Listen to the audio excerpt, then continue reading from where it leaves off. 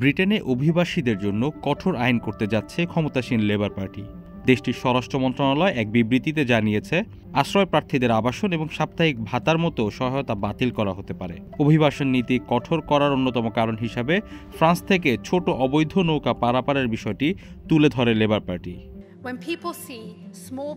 বিপদে পালিয়ে আসা লোকদের স্বাগত জানানোর ঐতিহ্য এই দেশের আছে। আমাদের উদারতা অবৈধ অভিবাসীদের টানছে, কিন্তু অভিবাসনের গতি এবং মাত্রা দেশের উপর প্রচণ্ড চাপ সৃষ্টি করছে। তবে আইনটি সেসব আশ্রয় প্রার্থীদের ওপর প্রযোজ্য হবে যারা কাজ করতে চায় না এবং আইন ভঙ্গ করে। বিষয়টি নিয়ে উদ্বেগ প্রকাশ করেছে ব্রিটেনের রিফিউজি কাউন্সিল। তারা সোশ্যাল মিডিয়া এক্সে বলছে, শরণার্থীরা বিপদ থেকে পালানোর সময় আশ্রয় দেওয়া দেশগুলো সুবিধা বিবেচনা করে না।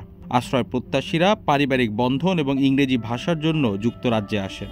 ব্রিটিশ নতুন আইন ডেনমার্ক সরকারের অভিবাসী নীতির সঙ্গে অনেকটা মিলে যায়। তবে স্বরাষ্ট্র মন্ত্রণালয় জানিয়েছে, সংস্কারগুলো কেবল ডেনমার্ক থেকে নয়, বরং ইউরোপীয় দেশগুলো থেকেও নেওয়া হবে। আইনটিতে শরণার্থীদের মর্যাদা এবং সহায়তার শর্ত থাকবে। কিছু ক্ষেত্রে আইনগুলো ইউরোপীয় ফ্রেমওয়ার্কও ছাড়িয়ে যাবে। ডেনমার্ক সরকার অভিবাসীদের 2 বছরের জন্য অস্থায়ী বসবাসের অনুমতি দেয় এবং মেয়াদ শেষ হলে তাদের পুনরায় আবেদন করতে হয়। ব্রিটেনে আশ্রয় প্রত্যাশীদের মধ্যে যারা প্রমাণ করতে পারেন তারা নিজ দেশে নিরাপদ নন এবং নিপীড়নের ঝুঁকিতে রয়েছেন, তাদের শরণার্থী মর্যাদা দেওয়া হয়। এই মর্যাদা 5 বছরের জন্য স্থায়ী হয়।